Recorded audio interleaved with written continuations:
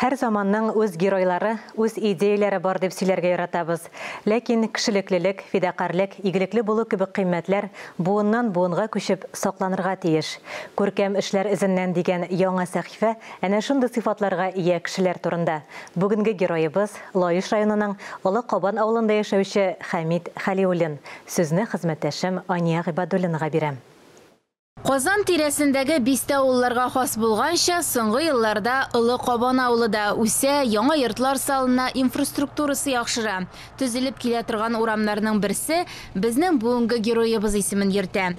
Замандашыбыз Хәмит Минхаҗ улы Хәлиуллин халык мәхәббәтенә ничек ирешкән соң? Танышуыбызны Хәмит абыйның йорты каршындагы күл янында башлап җибәрдек. Аның тырышлыгы белән күл авыл халкының яраткан ял урынына әйләнгән. Элек биредә сазлык булган, хәзер җәйләрен балыклы күл, ә һәр кыш башында шугалык ясала. Чын күңелдән инде эшләнә, ничен дисәң, һәрбер нәрсә үзенең кирәклеген күрсәтә. Карап торасың да, кешеләр бер-бер белән сөйләшеп, күрше тирәләр инде бергә сөйләшеп, шул бөтен эшләрне эшлибез инде. Үзең генә бөтен әйберне эшләп булмый бит. Хәмит абыйның бөтен кирәкле транспорты, кораллары үзендә бар. Тракторын кабызып, карын өттөрә, җир казый, күтәртә, ташый. Аның тирәсенә үзе кебек битараф булмаган кешеләр җыелган. Без килгәндә дә күршеләр бергәләп шугалактан каршы тарталар иде. Хәмит белән инде без инде бергә шул инде гел. Башыста инде Хәмит инде организовать итә инде. Рәхмәт әйтүчеләр күпме? Күп әйтүчеләр. Гомер буе авылга булыша торган кеше, гомер буе күршеләргә күпме көч, күпме эшләгән инде ул безнең авыл өчен. Хәмит Хәлиуллин тумышы белән Каматамага районыннан, аннар гаиләсе Югары Ыслан районының Бөрек авылына күчеп килә. Армиядан соң язмыш аны Казакстан якларына алып китә. Олы Кабанлылар бәхетенәдер инде 1994 елда Хәмит Хәлиуллин гаиләсе белән Лаиш районының бу авылына килеп урнаша. 90 еллардан күчеп килгән ир-егет ул вакытта күз алдына китерә. 90 елларда авылда газ да юк, ут та юк, су да юк, юллар да юк. Ул үзенең көчен, хезмәтен, вакытын һәм дә итәргә кирәк. Матди чыгымнарын санамыйча шушы үзебезнең авылыбызга әйтергә кирәк кулланган кеше.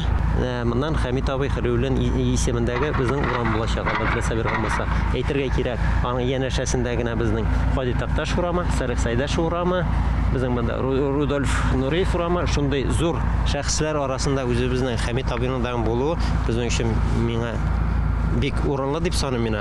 Сүз уңайыннан Олы Кабан авылына Казан ханлыгы чорында нигез салынган. Башта уганда руслар төпләнеп яшәгән. Бирдә урнашкан Спас Преображение чиркәве мәсәлән, тарих һәм мәдәният һәйкәле булып тора. Ә менә Кабан авылындагы беренче мәчет барлыкка килүендә безнең героебызның өлеше зур. Башта ул мәчетне Олы Кабанда төзергә планлаштыра.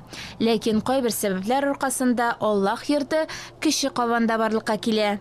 Авыл халкы, мәчет тирәсендә яшәүчеләр мәчетне җыйган вакытта бөтенесе дә булыштылар. Бәйрәм көннәрен каршылабыз бергәләп, бәйрәмнәргә 60-70 кеше җыела. Җомга көннәрендә 20-25 кешегә җыела. Шулай итеп тормыш итәбез. Теләсә кайсы эш якын кешеләрен хуплаганда гына уңышка китерә. 46 ел буе бергә гомер иткән Рәдифә апа иренең шундый фидакар җанлы булуы белән горурланып сөйли. Сез бит инде балалар, оныклар үстерәсез хәзер. Аларны да өйрәтәсезме, яисә алар инде күреп үсәләрме, үзләре шундый кешелекле булалармы? Аларга, үзләре күрәләр алар. Мин нәрсә эшлим, алар бит барсын карап торалар. И дәүләт исенендә эшләгәнен күреп торалар алар. Шуңа күрә үзләре алар шуны эшли башлыйлар. Аларны өйрәтәсе юк. Әнә шулай, яраткан тормыш иптәше, балалары һәм оныклары янәшәсендә тормыш итә Хәмит абый. Янында фикердәшләре, үзе кебек үк ярдәмчел авылдашлары бар. Тормыш рәвешеннән канәгать булып, башкарган эшләре өчен уялмыйча, горур яши ул. Мәгәен башкалардан ишеткән рәхмәт сүзләре аның тормышына шундый тирән мәгънә, йөзләренә нур истидер. Быелгы яңа елны алар кабат 26-нчы тапкыр тәрәзәләреннән үзләре ясаган күлгә сыкланып, балаларның шат тавышларын ишетеп, канәгать йөзләрен күреп, сөенеп каршы алачаклар. Ания Гыйбадуллина, Ринат Сахибгәрәев, Татарстан яңалыклары, Лаеш районы.